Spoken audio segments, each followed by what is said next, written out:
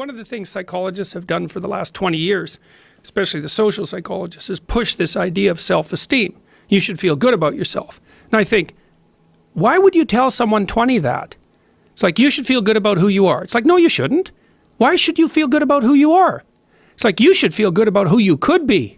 That's way better, because you got 60 years to turn into who you could be. I'm not saying that people shouldn't have confidence, but like often you take young people, say they're 16 to 22, and they're not really feeling that good about who they are. Right. Because their life is chaotic and in disorder, and they don't know where they're going, and they don't know which way is up. Also, there could be bad parenting, bullying, Oh, yes. There could be a lot of abuse going on. And I think that's one of the reasons why that resonates with people, this idea of be happy about who you are. Right. Feel good about who you are. Right, but the thing is, it has to be stated with precision. You should treat yourself as if you're valuable, especially in potential. But you should concentrate on who you should become, especially if you're young. And so let's say you're miserable and nihilistic and chaotic and depressed and all of that now, and you have your reasons, you know, terrible parenting, abuse, all of those things. It's like, well, you should feel good about yourself. It's like, no, it's not the right message. Is that it's more like you should understand how much potential there is within you to set that straight. And then you should do everything you can to manifest that in the world, and it will set it straight. And that's better than self-esteem. It's like you're in a crooked, horrible position. Okay, fine. There's a lot of suffering and pain associated with that. Yeah, you can't just feel good about that because it's not good. But you can do something about it. You can genuinely do something about it. And I think all the evidence suggests that that's the case. Yes. So I'm telling young people, look, no matter how bad your situation is, I'm not going to pretend it's okay. It's not okay. It's tragic, tainted with malevolence. And some people really get hurt by malevolent people, like, you know, terribly hurt. Sometimes they never recover. It's really awful. But there's more to you than you think. And if you stand up and face it with a positive, with a noble vision, with discipline and intent, you can go far farther to overcoming it than you can imagine.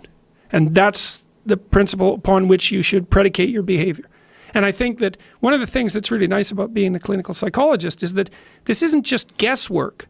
Like, one of the things, we know two things in clinical psychology. One is truthful conversations redeem people. Because if you come to a clinical psychologist whose worth is salt, you have a truthful conversation.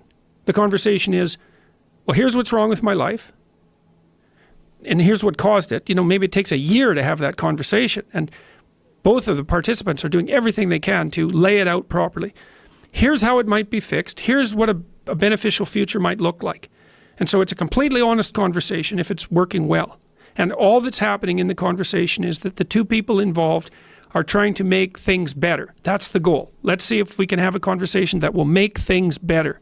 Okay, so we know that works. It does make things better.